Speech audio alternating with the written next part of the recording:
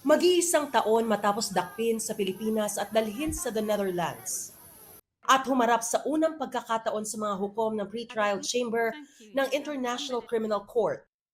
Ang Rodrigo Roa Duterte. Bukas, magsisimula ang hearing ng confirmation of charges laban kay dating Pangulong Rodrigo Duterte. Naharap siya sa 3 counts ng crimes against humanity for murder at attempted murder, bunsod ng madugong kampanya kontra droga mula noong mayor pa siya ng Davao City hanggang naging Pangulo ng Pilipinas. Sa February 23, 24, 26 at 27, itinakda ang confirmation of charges hearing. Ayon sa ICC, hindi ito paglilitis. Magdedesisyon ang pre-trial judges kung may sapat bang ebidensya para isakdal ang dating Pangulo. Naunang pinagbigyan ng ICC Pre-Trial Chamber 1 ang petisyon ni Duterte na siya'y lumiban o hindi humarap sa pagdinig. Pinahintulutan naman ng Chamber ang paglahok sa pagdinig ng mahigit 500 biktima. Dadalo rin sa pagdinig ang prosecutor, defense team ng dating Pangulo at legal representatives na sina Attorney Joel Butuyan at Attorney Gilbert Andres na ibinigay ng ICC para sa mga biktima.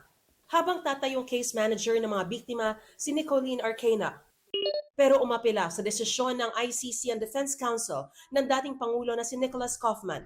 Hiniling niya ang pag-disqualify sa mga abogado at case manager ng mga biktima dahil umano sa conflict of interest na posible raw makaapekto sa pagsasakdal.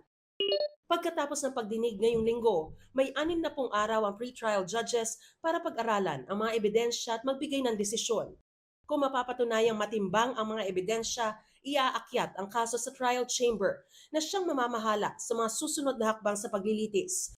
Pero kung magpasya ang pre-trial chamber na hindi sapat ang mga hawak na ebidensya, hindi pa malinaw kung agad palalayain ang dating Pangulo.